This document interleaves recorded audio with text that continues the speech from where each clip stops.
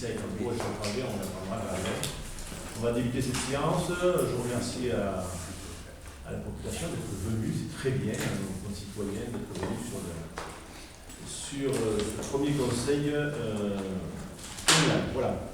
Donc du coup, je déclare la séance ouverte et nous allons désigner la secrétaire de séance. Je propose pour ce travail énorme Lucie Delacouze. S'il n'y a pas d'objection, elle va procéder donc à l'appel. Angèle Provost. Juste avant. Ah pardon.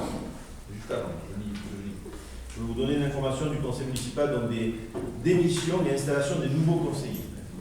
Donc je vous informe de la démission de 3 conseillers municipaux issus de la liste OBUNI, donc Madame Elisabeth Montero, Monsieur Jacques Bouillard et Madame Karine Martin, donc suivant les listes OBUNI qui n'a pas souhaité exercer le mandat de conseillère municipale. Conformément aux dispositions en vigueur, les suivants de liste, donc M. Christophe Salah et Jacques Lorès, sont appelés à les remplacer. Donc je les déclare donc installés dans leur fonction de conseillers municipaux. Voilà, félicitations. Maintenant, nous passons à l'appel. Merci.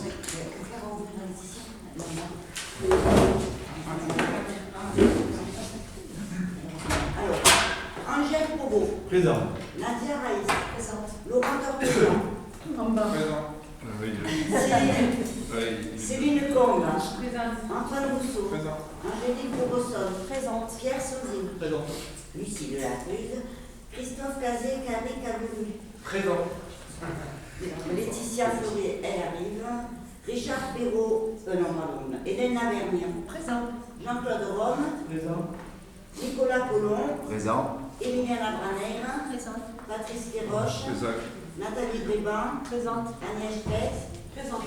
Gaël Badé. Présent. Sandrine Sanchez. Présente. Christophe Salah. Présent. Jacques Lorès. Présent. Richard Béraud est absent et a donné pouvoir à Laurent Tortosa. Et Sophie Sedban-Cuisinier est absente et donne pouvoir à Angélique Bourgossonne. Voilà. Très bien, merci. Donc, vous pouvez constater que le quorum est atteint. Donc, nous allons passer à l'approbation du PV du conseil d'installation du 21 mars 2026. Donc, vous l'avez eu. Nous passons au vote. Qui est contre? Qui s'abstient? Adopté à l'unanimité. Merci. Alors, délibération numéro 18-2026. Donc, délégation du conseil municipal au maire. Le conseil municipal peut déléguer au maire une partie de ses attributions dans les conditions prévues par l'article L2122-22 du Code général des collectivités territoriales. Ces délégations ont pour objet de faciliter la gestion courante de la commune. Les domaines de compétences susceptibles d'être délégués au maire sont limitativement énumérés par l'article L2122-22 du Code général des collectivités territoriales. Le maire doit rendre compte au conseil municipal des décisions prises dans le cadre de ses délégations lors de chaque réunion du conseil municipal. En cas d'absence, de suspension, de révocation ou de tout autre empêchement du maire, les délégations consenties peuvent être exercées par un adjoint ou, à défaut, par un conseiller municipal dans les conditions prévues à l'article L2122-23 du Code général des collectivités territoriales. Afin de faciliter la gestion courante de la commune et d'accélérer la prise de décision, il est proposé au conseil municipal de consentir au maire, pour la durée de son mandat, les 21 délégations suivantes parmi les 31 domaines prévus par l'article L2122-22 du Code général des collectivités territoriales. Donc, délégation numéro 1, d'arrêter et modifier l'affectation des propriétés communales utilisées par les services publics municipaux et de procéder à tous les actes de délimitation des propriétés communales. Je vais toutes les lire et après on passera aux éventuelles questions. D'accord? Comme ça, c'est pas beaucoup plus. L'article 2, de fixer dans la limite de 2 500 € par droit unitaire les tarifs des droits de voirie, de stationnement, de dépôt temporaire sur les voies et autres lieux publics et d'une manière générale des droits prévus au profit de la commune qui n'ont pas un caractère fiscal, ces droits et tarifs pouvant, le cas échéant, faire l'objet de modulations résultant de l'utilisation de procédures dématérialisées. L'article 4, de prendre toute décision concernant la préparation, la passation, l'exécution et le règlement des marchés et accords cadres de services de fourniture dont le montant est inférieur au seuil européen de procédure formalisée. À ce jour, pour information, ce montant inférieur est à 216 000 euros, je vais y arriver, hors taxe, et pouvant en conséquence être passé selon une procédure adaptée au sens de l'article L2123-1 du Code de la commande publique. Des marchés et accords cadres de travaux dont le montant est inférieur à 1 million d'euros hors taxe et pouvant en conséquence être passé selon une procédure adaptée au sens de l'article L2123-1 du Code de la commande publique, ainsi que toute décision concernant le ravenant. L'article 5, de décider de la conclusion et de la révision de l'ouvrage des choses pour une durée n'excédant pas 12 ans. Article 6, de passer des contrats d'assurance ainsi que d'accepter les indemnités de sinistre y afférentes. Article 7, de créer, modifier ou supprimer les régies comptables nécessaires au fonctionnement des services municipaux. Article 8, de prononcer la délivrance et la reprise des concessions dans les cimetières. Article 9, d'accepter les dons et legs qui ne sont grévés ni de conditions ni de charges. Article 10, de décider l'aliénation de gré à gré de biens mobiliers jusqu'à 4 600 euros. Article 11, de fixer les rémunérations et de régler les frais des honoraires des avocats, notaires, huissiers de justice et experts. Article 13, de décider de la création de classes dans les établissements d'enseignement. Article 14, de fixer les reprises d'alignement en application de documents d'urbanisme. Article 16, d'intenter au nom de la commune des actions en justice ou de défendre la commune dans les actions intentées contre elle et de transiger avec les tiers dans la limite de 1 000 euros. Les décisions prises en la matière concerneront toutes les actions, y compris les procédures en urgence, dans lesquelles la commune peut être amenée à extraire en justice, et ce, aussi bien lors de procédures contentieuses qu'amiables, aux frais de toutes les juridictions françaises et européennes, tant administratives que judiciaires, y compris commerciales et prud'homales, tant en première instance qu'en appel ou en cassation, aussi bien en défense qu'en demande, aussi bien en référé qu'en procédure au fond, y compris en matière de plainte devant la juridiction pénale avec ou sans constitution de partie civile. Article 17. De régler les conséquences dommageables des accidents dans lesquels sont impliqués les véhicules municipaux dans la limite de 10 000 euros. Article 18. De donner en application de l'article L. 324-1 du Code de l'urbanisme l'avis de la commune préalablement aux opérations menées par un établissement public foncier local. Article 23. De prendre les décisions mentionnées aux articles L. 523-4 et L. 523-5 du Code du patrimoine relatif à la réalisation de diagnostics d'archéologie préventive prescrits pour les opérations d'aménagement ou de travaux sur le territoire de la commune et de conclure la convention prévue à l'article L. 523-7 du même Code. Article 24, d'autoriser au nom de la commune le renouvellement de l'adhésion aux associations dont elle est membre.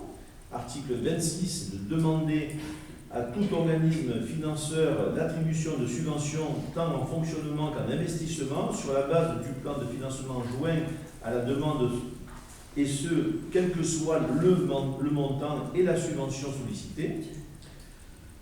Oui. Article 28, d'exercer au nom de la commune le droit prévu au 1 de l'article 10 de la loi numéro 75-1351 du 31 décembre 1975 relative à la protection des occupants de locaux à usage d'habitation, droit de priorité en fait, du locataire. Article 30, admettre en non-valeur les titres de recettes ou certaines catégories d'entre eux présentés par le comptable public, chacun de ces titres correspondant à une créance irrécouvrable d'un montant inférieur à 200 €. Et article 31, d'autoriser les mandats spéciaux que les membres du conseil municipal peuvent être amenés à exercer dans le cadre de leurs fonctions, ainsi que le remboursement des frais afférents prévus à l'article L. 2123-18 du présent code. Voilà, messieurs, dames. C'est un peu fastidieux, c'est la règle. Donc, je prends les questions, je crois que vous avez fait certaines remarques, et on vous écoute. Allez-y. Merci. Si vous êtes d'accord, on va faire globalement sur l'ensemble des articles nos remarques. Après, vous répondrez si vous le souhaitez. Vous souhaitez qu'on se voit. Vous avez la parole, allez-y, je répondrai sur la totalité si vous voulez. Oui, si vous avez fait 3 remarques, on les a reçues, on les a bien reçues. Je les ai devant moi, il n'y a pas de souci, je vous laisse les développer. D'accord. Donc, en premier lieu, juste un petit sujet de forme. Nous regrettons de ne pas avoir vu dans la convocation à ce conseil municipal les projets de délibération qui seront toujours soumis au vote.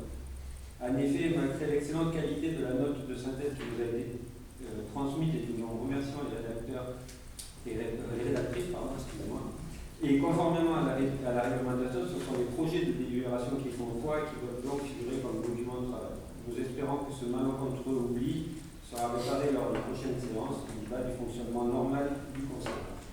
Sur le fond, maintenant, donc comme vous l'avez indiqué, monsieur le maire, l'article 1.21.22-22 du GCGC1 prévoit que le conseil peut déléguer au maire une partie de ses attributions et ses dérogations, comme vous l'avez fort bien indiqué, ont pour objet de faciliter la gestion courante de la commune. L'article suivant, le 21.22.23, lui prévoit que le maire doit rendre compte des décisions prises dans le cadre de ces dispositions à chacune des réunions obligatoires du conseil municipal.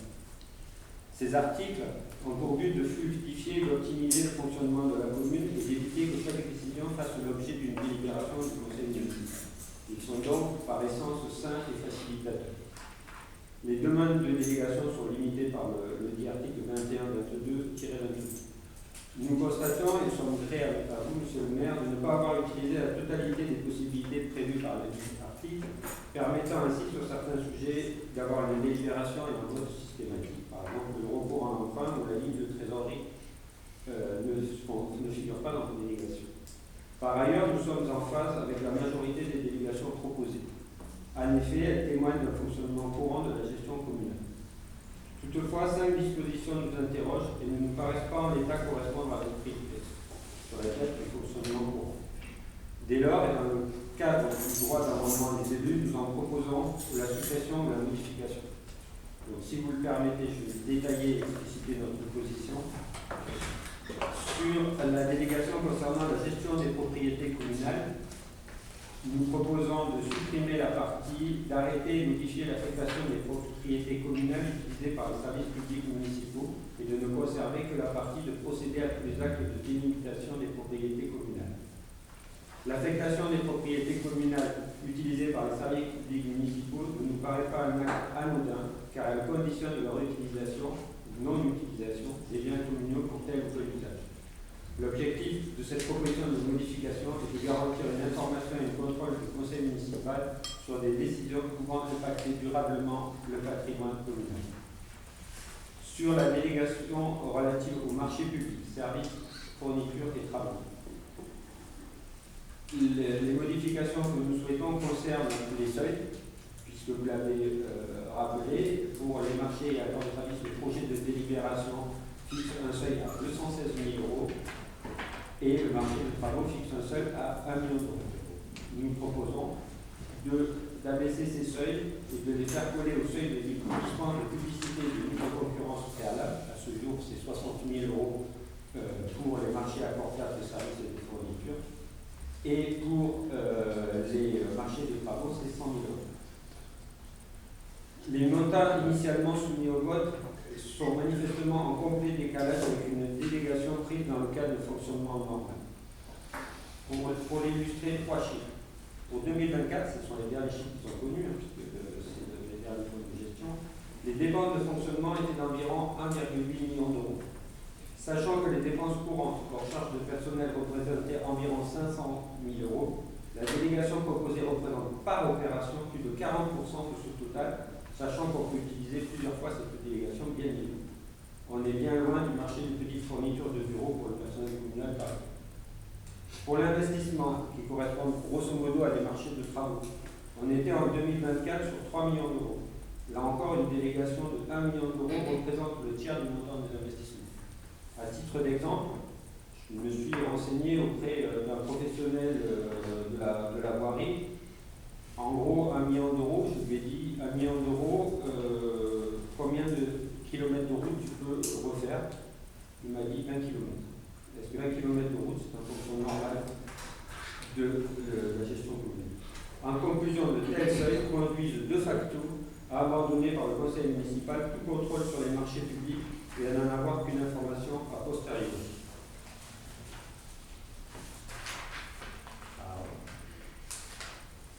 Dans un esprit donc, de revenir à l'esprit du texte, nous proposons de fixer donc, comme seuil ceux de dispense de publicité et de mise en concurrence, 60 000 euros pour les fournitures et les services et 100 000 euros pour les travaux.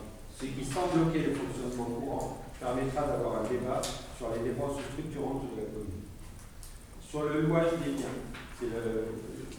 nous proposons la suppression de la délégation qui était de décider de la conclusion et de la révision du louage de choses pour une durée n'excédant pas 10 ans.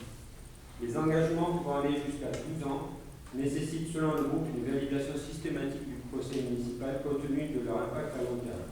En effet, ils engageront la commune non seulement sur la mandature actuelle, mais sur la suivante, voire pour les décisions prises en fin de mandat, sur celle d'encore après. Dernière proposition de modification que nous soumettons, l'aliénation des biens mobiliers. Nous proposons de baisser le seuil de 4 600 euros à 3 000 euros. L'objectif de cette demande est de renforcer le contrôle sur la cession du patrimoine communal, même mobilier.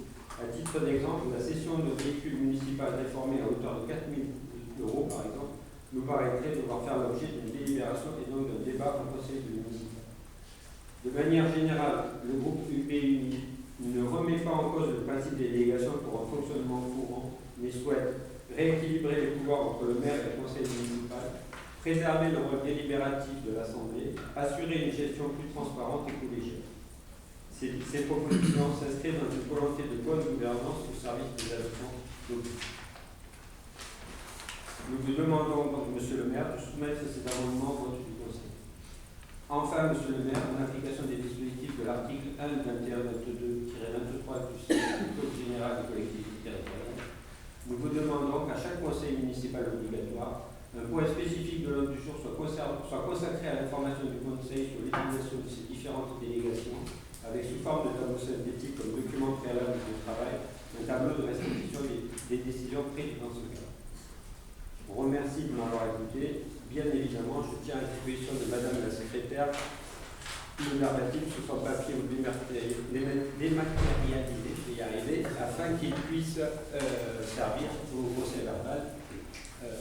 Voilà, vous me direz ce que vous faites. Très bien. Merci. Merci. Y a-t-il d'autres interventions? Bon, en ce qui concerne la dernière demande, elle est facile. Vous verrez tout à l'heure, je fais toujours, c'est obligatoire effectivement, un point d'information du maire justement des différents points suite aux délégations qui sont attribuées au maire de ce qui s'est passé entre le dernier conseil et celui-ci. Nous, tout simplement, dans ce cas, ce que je propose, c'est qu'on reste dans le cadre de la loi. Parce que le législateur a fait. C'est pas moi qui ai écrit ces articles, c'est des articles qui sont traînés par la loi. J'entends votre souci, j'entends votre méfiance, j'entends votre envie d'avoir un petit peu plus de contrôle. En tout cas, de toute manière, vous aurez la possibilité de vous exprimer, pas tout avec ça. Tout ce que nous faisons, on le fait dans le cadre effectivement de la loi, et ce que nous permet de faire la législation. Donc moi, ce que je proposerais, c'est d'en rester là et de rester en ce qui concerne ce que dit le législateur dans ces articles-là. Et de ne pas remodifier, puisqu'on va essayer de rester dans le cadre de la législation, et de ne pas réinterpréter, remodifier le fond de ces textes-là. Je n'ai pas le sentiment que les propositions réglementaires.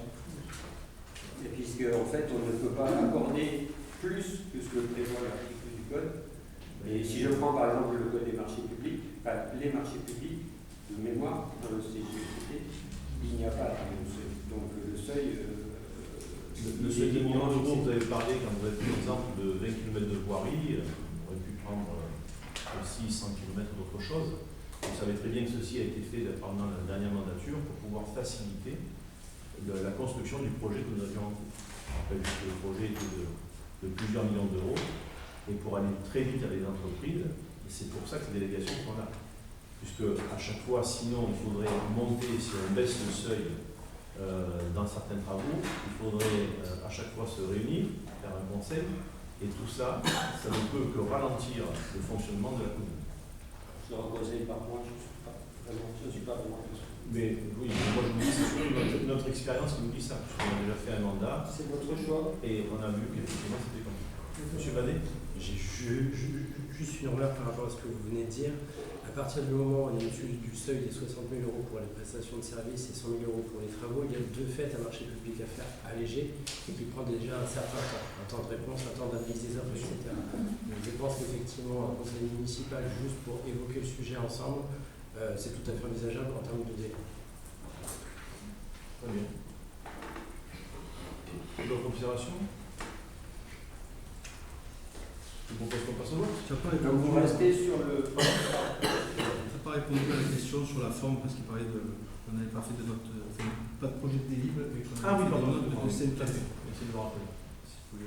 Non, mais pour répondre, mais tout simplement, nous on faisait effectivement une note de synthèse pour vous permettre d'avoir une meilleure lecture. Maintenant, si vous souhaitez avoir la délibération, c'est pas gênant, ça va juste faire la proposition de délibération. Il y a deux choses, au-delà du fait de faire du travail pour nos agents, c'est surtout que vous savez que vous êtes tenu par la discrétion, et on a vu par le passé que ces délibérations ont circulé dans la commune avant de passer en conseil. Donc du coup, tout ça c'est réglé par la loi, on pourra le faire. Charge à vous de faire en sorte d'être discret jusqu'au conseil municipal. Bien sûr. Bien sûr. Mais après, je n'en doute pas, je sais que vous êtes aguerris à ce genre de choses. Donc du coup, si vous le souhaitez, il n'y a pas de problème, on pourra faire ça. Très bien. On passe au vote. Donc vous souhaitez qu'on ne vote pas sur les propositions, mais qu'on vote sur la délibération. Non, mais c'est. Aujourd'hui, on vote là-dessus, maintenant. Non, mais il n'y a aucun sujet. Maintenant, C'est on peut voter sur la proposition. proposition. Moi, ça ne me dérange pas qu'on vote sur vos propositions, sur la globalité, si vous voulez, on peut le faire. Hein, si ça vous rassure, et comme ça, il n'y a pas de problème. Donc, on va voter d'abord par vos propositions. Je ne suis pas inquiet de ça. Donc, si vous voulez, alors, écoutez, on va faire ce geste-là, on va voter vos propositions. Est-ce que, donc, du coup, qui est contre et qui pose ces propositions? Qui s'abstient? Qui est pour? Très bien. Maintenant, on va voter à la délibération. Donc, qui est contre la délibération? Voilà. Qui s'abstient? Adopté à la majorité avec 5 contre. Merci. Nous passons donc. Alors attendez, je ne me perds pas de papier, la délibération suivante. Donc délibération numéro 19-2026, élection des membres de la commission d'appel d'offres CAO.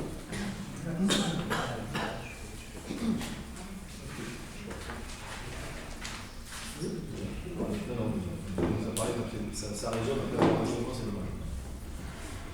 La commission d'appel d'offres donc intervient principalement pour attribuer les marchés publics placés selon une procédure formalisée au regard des seuils européens en vigueur. Elle est également compétente pour émettre un avis sur certains projets, notamment lorsqu'ils entraînent une augmentation supérieure à 5% du montant initial du marché. En dehors de ces cas, la CAO peut être consultée, son avis est alors purement consultatif. Dans les communes de moins de 3500 habitants, la CAO est composée du maire ou de son représentant président, de 3 membres titulaires et de 3 membres suppléants élus par le conseil municipal à la représentation proportionnelle au plus fort est sur la base d'un scrutin de liste. Chaque liste peut comprendre un nombre de candidats inférieur au nombre de sièges à pourvoir. Les sièges sont attribués selon l'ordre de présentation des candidats sur chaque liste. Il est proposé au conseil municipal donc, de procéder à l'élection des membres de la commission d'appel d'offres.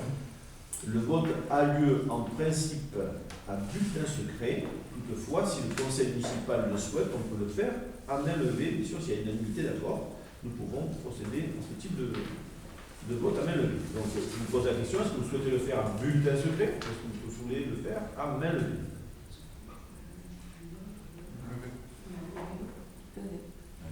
Mais ça, la majorité, l'unanimité. Donc, je ne sais pas, je vous pose la question surtout à la position.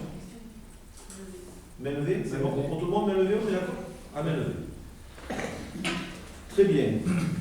Donc, puisque nous sommes à main levée, ça sera beaucoup plus facile. Alors, pour les membres titulaires, la liste OB Ensemble a proposé M. Richard Béraud, M. Pierre Scioli et Mme Laetitia Fleuret pour les titulaires. Et la liste OB Uni, M. Jacques Laurès. Donc, du coup, je vous propose d'abord de voter pour la liste OB Ensemble, qui est pour, qui est contre, qui s'abstient, donc 5 contre, 18 pour. Nous passons à la liste OB Uni. Qui est pour, qui s'abstient,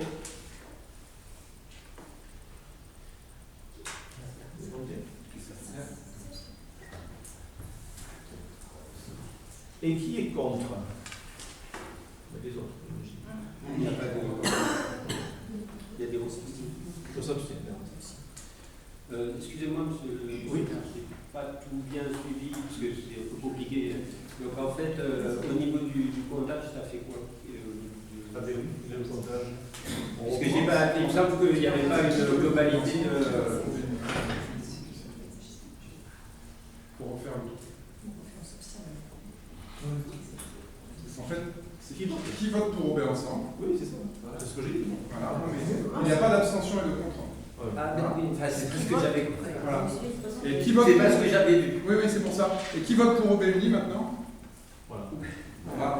Bon, voilà. Oui, d'accord. On s'embrouille. Pas de souci. Allez, on passe pour les membres suppléants. Alors, la liste OB Ensemble, dans les membres suppléants, M. Antoine Rousseau, M. Laurent Tortosa, Mme Iliana Braner, pour la liste OB Uni, Mme Agnès. Oui, bien sûr. Alors, nous votons. Alors, pour la liste OB Ensemble, qui est pour? On y va. Très bien. Pour la liste OB Uni, qui est pour? Très bien. Allez, merci.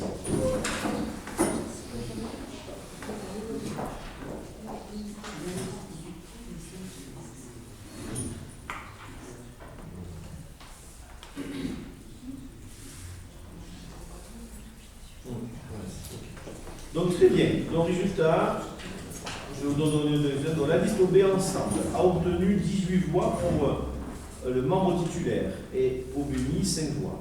Pour les membres suppléants, OB Ensemble a obtenu 18 voix, pour les membres d'OB Uni 5 voix. Après donc application de la règle de la représentativité proportionnelle au plus fort reste, sont élus membres titulaires de la CAO. Richard Béraud en titulaire, Pierre Scioli et Jacques Laurès. Élus membres suppléants de la CAO, Antoine Rousseau, Laurent Tortosa et Madame Agnès Spett. Félicitations. Délibération numéro 20, passons à la suivante, 26, élection des membres de la commission déléguée de services publics, donc des fameuses CDSP.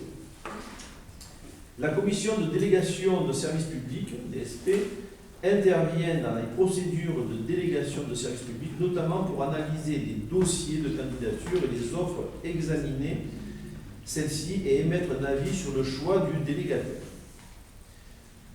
Dans les communes de moins de 3500 habitants, la commission de DSP est composée du maire ou de son représentant président, de 3 membres titulaires et de 3 membres suppléants élus par le conseil municipal à la représentation proportionnelle au plus fort est sur la base d'un scrutin de liste. Chaque liste peut comprendre un nombre de candidats inférieur au nombre de sièges à pourvoir. Les sièges sont attribués selon l'ordre de présentation des candidats sur chaque liste. Il est proposé au conseil municipal de procéder à l'élection des membres de la commission de délégation de services publics. Le vote a lieu en principe donc à bulletin secret. Toutefois, le conseil municipal, s'il est d'accord, à l'unanimité, peut le faire un vote à main levée. Donc je vous repose la question, souhaitez-vous faire à main levée? Tout le monde est d'accord? Ok, très bien. Donc pour les membres titulaires, c'est pour vous, hein? Pour les membres titulaires, la liste obéit ensemble, nous avons voté pour cette liste. Donc nous proposons donc Laurent Tortosa, il proposait Pierre Scioli et Antoine Rousseau. Et pour la liste OB Uni, Jacques Aurès. Alors en ce qui concerne OB ensemble, nous avons qui est pour 18, je pense. Pour la liste OB Uni, qui est pour? Très bien. Nous passons maintenant au vote des membres suppléants. Pour la liste OB ensemble, en suppléant, c'est Jean-Claude Rome, Nicolas Colomb et Madame Nadia Raïs. Pour la liste OB Uni, Madame Agnès Stepp. Nous votons pour la liste OB ensemble, qui est pour. Attends. De prendre. C'était. Voilà. C'était bien le premier avis. Et très bien, 18. Et nous votons maintenant pour la liste OB Uni. 5 voix sur la liste OB Uni. Les résultats, je peux les noter. Ils sont pas compliqués. Donc, après application de la règle de la représentation proportionnelle au plus fort est, sont élus membres titulaires de la commission DSP. Donc, pour le titulaire, M. Laurent Tortosa, M. Pierre Scioli et M. Jacques Aurès.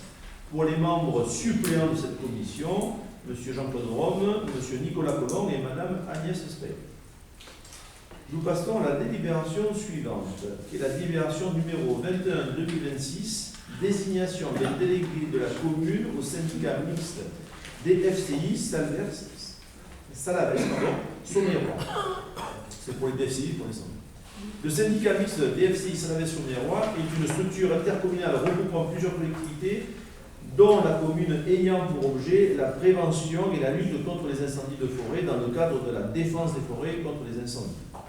À ce titre, ils assurent notamment l'aménagement, l'entretien et la sécurisation des massifs forestiers, la création de l'entretien de pistes dites DFCI, la réalisation et la maintenance de points d'eau d'incendie, la mise en œuvre de débroussaillements stratégiques et de la signalisation. Le syndicat est administré par un comité syndical composé de délégués élus par les collectivités membres. Chaque collectivité y est représentée par des délégués titulaires désignés nominativement par le conseil municipal dans les conditions fixées par les statuts du syndicat. Il appartient donc au conseil municipal de procéder à la désignation d'un délégué titulaire et d'un délégué suppléant. Ces représentants sont élus par le conseil municipal parmi ses membres au scrutin secret et à la majorité absolue. Toutefois, si le conseil municipal est en accord, à l'unanimité, nous pouvons procéder au vote à main levée. Donc c'est la première question que je vais vous poser. Souhaitez-vous faire un vote à main levée? Oui, très bien. Donc je vous propose les candidats suivants. Et on va voter pour chaque personne, pour chaque individu. Alors, le premier candidat en poste de titulaire, M. Jean-Claude Rome, qui est pour. Candidat en titulaire, deuxième, M. Christophe Salat, qui est pour.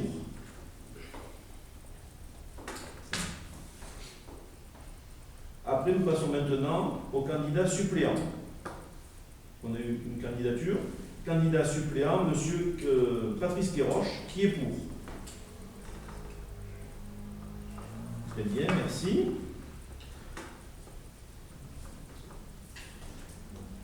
Donc je note. Tac. Voilà. Dans le résultat, donc, est élu à l'unanimité par la majorité absolue. Donc en conclusion, sont désignés en qualité de délégué titulaire M. Jean-Claude Rome en qualité de délégué suppléant M. Patrice Quéroche pour représenter la commune au sein du syndicat mixte DFCI Salalès-Sommières-Roi. Félicitations messieurs. Délibération numéro 22-2026. Désignation des délégués de la commune au syndicat intercommunal pour le maintien de la protection des traditions, coutumes et sites camarguais. Le syndicat intercommunal pour le maintien de la protection des traditions, coutumes et sites camarguais est un établissement public de coopération intercommunale regroupant plusieurs communes ayant pour objet de préserver et de valoriser l'identité culturelle camarguaise. À ce titre, il œuvre à la sauvegarde des traditions locales telles que les fêtes votives, les abrivados, les banditos, ainsi que les pratiques liées à l'élevage de taureaux et de chevaux. Soutient les manadiers des associations locales et les manifestations contribuant à la transmission de ce patrimoine vivant, participe à la protection et à la mise en valeur des sites naturels et paysagers caractéristiques de la Camargue et de la Petite Camargue. Le syndicat est administré par un comité syndical composé de délégués élus par les collectivités membres. Chaque commune y est représentée par des délégués titulaires désignés nominativement par le conseil municipal dans les conditions fixées par le statut du syndicat. Il est proposé au conseil municipal de désigner 2 délégués titulaires et 1 délégué suppléant pour représenter la commune au sein du syndicat conformément à leur statut. Ces représentants sont élus par le conseil municipal parmi ses membres. Un scrutin secret est à la majorité absolue, bien sûr. Toutefois, si le conseil municipal le souhaite, et en accord à l'unanimité, nous pouvons procéder à ce vote à main levée. Première question, êtes-vous d'accord pour le main levée? Très bien. Donc je vous propose les candidats suivants. Alors, Angèle Pauveau, candidat au poste de délégué titulaire. Qui est pour? Merci. Jean-Claude Drôme, candidat au poste de délégué titulaire. Qui est pour? Madame Agnès Speck, candidate au poste de délégué titulaire. Qui est pour? Merci. Pour le délégué suppléant, 2 candidatures. Donc je vous propose, premier vote, Madame Céline Combe, candidate au poste de délégué suppléante. Qui est pour? Monsieur Jacques Laurès, candidat au poste de délégué suppléant. Qui est pour? Bien.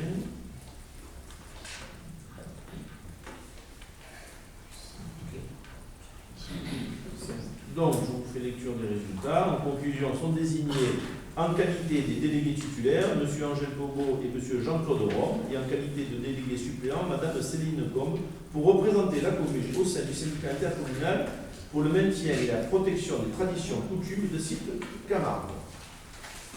Nous passons à la délibération suivante, la délibération numéro 23-2026, désignation des délégués de la commune au territoire énergie-gare, dit ZMEG. Le territoire énergie-gare, ZMEG,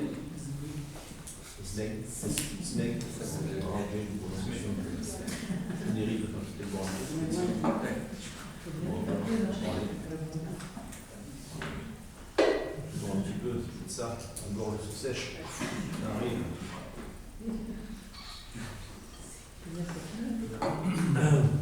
Le territoire, donc, alors j'ai déjà été voir, le territoire d'énergie, gare, et le syndicat MEG, est le territoire départemental compétent en matière d'énergie qui accompagne les communes dans des domaines liés notamment à la distribution d'électricité. À ce titre, il apporte une expertise en matière de réseau d'énergie électrique et de télécommunications, mutualise les moyens afin de garantir une solidarité territoriale, apporte un soutien financier à ses adhérents, conseille et accompagne les communes dans leurs projets. Les collectivités adhérentes au territoire d'énergie GART-MEG lui transfèrent des compétences relatives à la distribution publique d'électricité, à l'éclairage public, aux télécommunications, ainsi qu'aux infrastructures de recharge pour véhicules électriques. Le syndicat est administré par un comité syndical composé de délégués élus au sein de collèges. Chaque commune y est représentée par des délégués titulaires, délégués désignés nominativement par le conseil municipal dans les conditions fixées par les statuts du syndicat. Il est proposé au conseil municipal de désigner 2 délégués titulaires et 2 délégués suppléants pour représenter la commune au sein du syndicat. Ces représentants sont élus par le conseil municipal parmi ses membres au scrutin secret et à la majorité absolue. Toutefois, le conseil municipal, s'il en est d'accord à l'unanimité, peut procéder à un vote à main levée. Est-ce que vous allez d'accord pour le vote à main levée? Donc, je vous présente les candidats suivants. Donc, pour les délégués titulaires. Donc, oui, non, c'est pas un truc de liste. C'est par personne. Voilà, donc voilà, parce qu'il faut des subtilités. Donc, pour les délégués titulaires, donc 3 candidatures. Alors, nous allons passer par la première, en ce qui concerne les titulaires. Monsieur Piacioli, qui est pour? Deuxième candidat, monsieur Antoine Rousseau, qui est pour? Troisième candidat, monsieur Christophe Sala, qui est pour?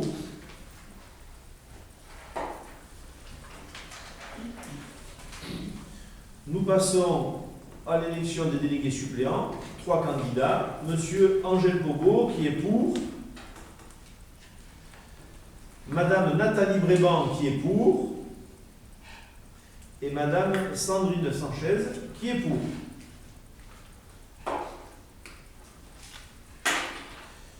Je vous fais lecture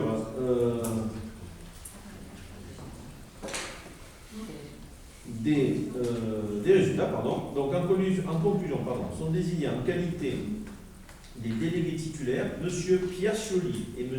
Antoine Rousseau, et en qualité des délégués suppléants, M. Angèle Pogo et Mme Nathalie Bréban pour représenter la commune au sein du territoire d'énergie GART-MEG. Nous passons à la délibération suivante, la numéro 24-2026, désignation des délégués de la commune au CNAS. Le CNAS est un organisme national qui propose des prestations sociales aux agents des collectivités territoriales.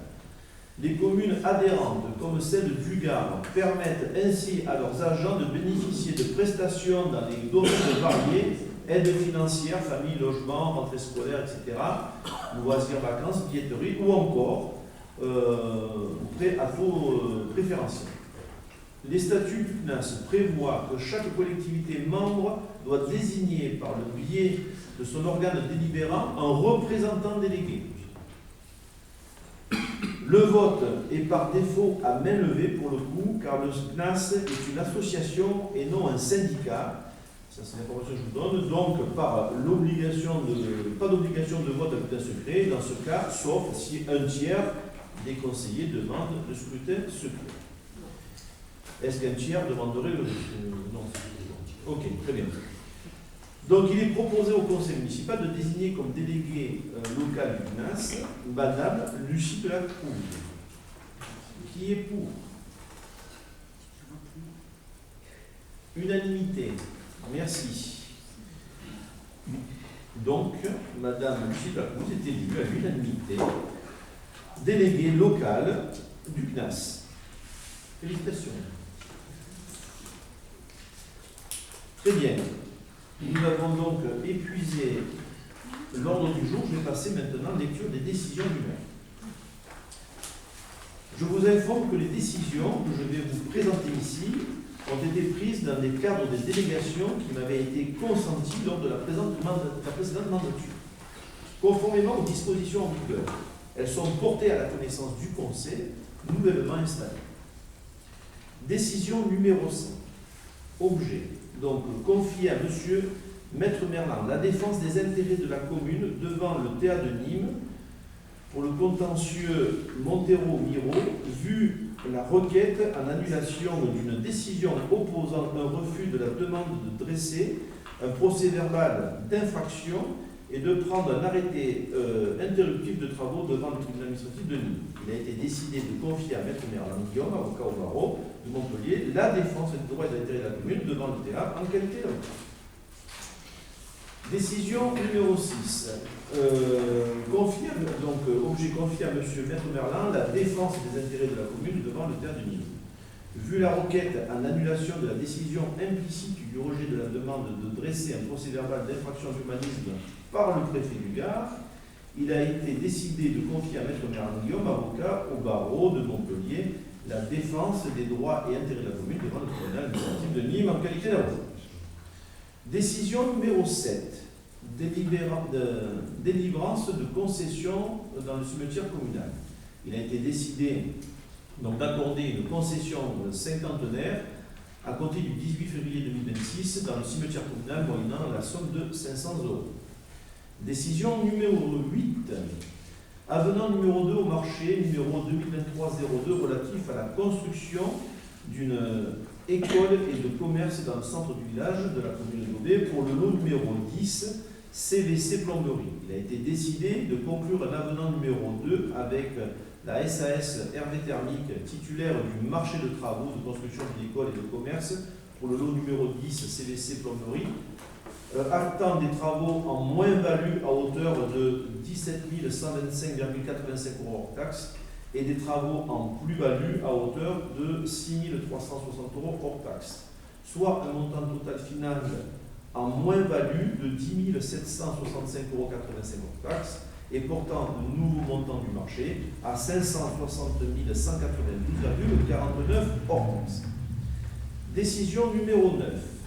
Bail commercial avec la boulangerie. Il a été décidé de signer un bail commercial par acte notarié avec la boulangerie-pâtisserie le 26 février 2026, donc l'Amandine, à l'étude de Maître Maté, notaire à Quissac. Décision numéro 10. Confier à Maître Merlin la défense des intérêts de la commune et sa représentation à l'audience à victime devant le tribunal correspondant de Nîmes, le dossier Villa-Guichard, vu la procédure pénale ouverte devant la chambre correctionnelle du tribunal correctionnel de Nîmes à l'encontre d'une SCI pour avoir exécuté des travaux non autorisés par permis de construire, installé près de 200 panneaux photovoltaïques solaires au sol en zone agricole. Vu l'avis d'audience à victime par lequel le tribunal correctionnel de Nîmes convoque la commune à une audience pour y être entendue en qualité de victime, il a été décidé de confier à Maître Merlin Guillaume, avocat au barreau de Montpellier, la défense des droits et intérêts de la commune et sa représentation devant le tribunal correctionnel de Nîmes en qualité d'avocat. Décision numéro 11. Objet. Délivrance de concession dans le cimetière communal. Il a été décidé d'accorder une concession cinquantenaire à compter du 19 mars 2026 dans le cimetière communal, moyennant une somme de 500 €. Décision numéro 12. Acceptation d'un don pour la commune d'Aubé. Considérant le souhait de l'artisan M. Charles David, ferronnier sur le village d'Aubé, d'effectuer le don d'une œuvre dénommée #Aubé, scellée sur la place du Cluse, suite aux travaux d'aménagement d'une école de commerce à la commune d'Aubé. Considérant que cette proposition de don constitue un apport culturel et artistique significatif pour la collectivité et qu'elle n'est pas ailleurs assortie d'aucune charge ou condition, il a été décidé d'accepter ce don. Décision numéro 13. Objet. Donc avenant numéro 4 avec la SAS Électro-Industrie, lot numéro 11 du marché de la construction de la nouvelle école et des commerces. Il a été décidé de conclure un avenant numéro 4 avec la SAS Électro-Industrie titulaire du marché de travaux de construction d'une école et des commerces pour le lot 11, courant fort et faible, actant des travaux supplémentaires nécessaires par la cohérence du projet. Donc ajout d'un tableur répartiteur d'exploitation, extension du système PPMS et détection incendie, pour un montant de 10 672,89 € hors taxe et portant le nouveau marché à 241 019,97 hors taxe. Décision numéro 14, il y en a beaucoup, hein. C'est normal, il y a des mois de blanc. Avenant numéro 4 pour la prolongation de durée de contrat de prestation du service pour la réalisation de branchements au réseau d'assainissement collectif d'eau usée de la commune d'Aubé, signé avec l'entreprise Gossan le 1er avril 2022. Il a été décidé de conclure un avenant numéro 4 avec l'entreprise Gossan afin de prolonger le contrat de prestation de service jusqu'au 31/12/2026. Décision numéro 15. Objet, donc avenant numéro 2 au contrat de prestation de services pour la réalisation d'inspection des réseaux d'assainissement d'eau usée et pluviale de la commune d'Aubé avec l'entreprise Hydroview le 1er avril 2022. Il a été décidé donc de conclure un avenant numéro 2 avec l'entreprise Hydroview afin de prolonger le contrat de prestation de service jusqu'au 31/12/2026. Décision numéro 16. Avenant numéro 2 au contrat de prestation de services pour la réalisation de l'hydrocurage des réseaux d'assainissement d'eau usée de la commune d'Aubé avec l'entreprise Servimo Méditerranée, du 1er avril 2022, pour prolongation de durée. Il a été décidé de conclure un avenant numéro 2 avec l'entreprise Servimo Méditerranée afin de prolonger le contrat de prestation de services jusqu'au 31/12/2026. Voilà, j'ai fini avec les décisions. Et si vous voulez bien, on peut passer aux questions diverses. Si vous avez des questions diverses, je m'adresse surtout à nos amis de l'opposition. Pas à ce stade. Pas pour moi. Juste si à titre informatif, Oui. les dernières décisions, elles datent de quand? Elles ont bien été faites avant les élections? Oui, c'est ça. Oui, tout à fait, oui. C'est ce que je disais en préambule. Ah oui. Effectivement, je vous informe des décisions qui ont été prises En amont. en amont avec effectivement les voix qui m'avaient été accordées initialement. Tout à fait, effectivement, complètement. Merci. Merci. Oui, pardon, excusez-moi. Et pardon, je voulais reprendre le point 10. En fait, j'ai pas bien entendu le début. Oui. S'il vous plaît. En dernière décision. Oui. Alors, le 10. Objet, confier maintenant la défense des intérêts de la commune et sa représentation à l'audience victime devant le tribunal correctionnel de Nîmes. Vu la procédure pénale ouverte devant la chambre correctionnelle du tribunal correctionnel de Nîmes à l'encontre d'une CCI pour avoir exécuté des travaux non autorisés par permis de construire, installation notamment de 200 panneaux photovoltaïques solaires au sol dans la zone agricole. Vu l'avis d'audience à victime par lequel le tribunal correctionnel de Nîmes convoque la commune à une audience pour y être entendu en qualité de victime, il a été décidé donc de confier à M. Bernard la défense de la commune. Merci. Est-ce que vous avez d'autres questions diverses? Donc, je vais passer, si vous voulez bien, aux informations du maire. Il n'y en a pas beaucoup pour le coup, il n'y en a que 3. Donc, je voulais vous informer que hier soir, nous avons participé, des élus communautaires, donc notre première adjointe, Nadia Raïs, avec Antoine Rousseau et Madame Agnès Stepp est aussi présente. Nous sommes 4 sur la commune pour que les gens sachent que la commune d'Aubé a 4 postes à la communauté de communes, à l'élection du président de la communauté de communes. Donc, une élection sans appel de M. Geoffrey Léon, qui a été donc maire de Luchot, élu président de la communauté de communes Rony-Vessou-Lidourle. À ce titre, bien sûr, l'ensemble du conseil municipal le félicite. Et nous remercions aussi M. Philippe Gras pour tout le travail qu'il a réalisé pendant la dernière mandature. Je vous informe aussi l'ouverture donc, de la boucherie du Cluse le 9 avril. C'est passé un petit peu dans les réseaux. Je vous informe aussi que il y a une pièce de théâtre au foyer par quelqu'un de connu, monsieur Cohen Rainbow, Jean-Luc Cohen Rainbow. Donc voilà, venez nombreux, il faut venir effectivement pour pouvoir permettre de participer à tout ce qui se réalise dans la commune, c'est toujours sympa. Et je vous informe, en dernier lieu, la prochaine séance du conseil municipal, ça se pourrait fonction, aura lieu le 16 avril pour le budget. C'est vrai qu'on est un petit peu contraint avec l'installation et tout ça, donc ça tout se suit.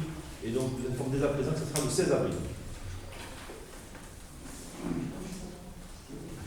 Avant Donc, je clôture la séance. Toutefois, elle n'est pas terminée. Comme nous l'avons fait par le passé et promis là, nous passons à une demi-heure citoyenne. Donc, je regarde l'heure. Il est 18h, allez, 19h à 4 minutes. Si dans le public, il y a des personnes qui souhaitent poser des questions, encore une fois, la demi-heure citoyenne, c'est d'intérêt général. Voilà, je ne vais pas poser des questions de voisinage. Hein, voilà. Si vous avez des questions, ben on les prend. On essaie de vous de répondre. Hein. Donc, je vous laisse la parole si vous le souhaitez. Puis, si elle n'a pas, ben, nous passons à quelque chose de plus conseil. Voilà. Allez. 3, 2, 1. Même pas Ariane? Ça va pas?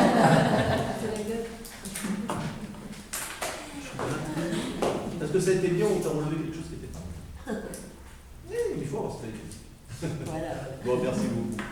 Bon, mais écoutez, je vous remercie. Passez une très bonne soirée et je vous dis à très bientôt.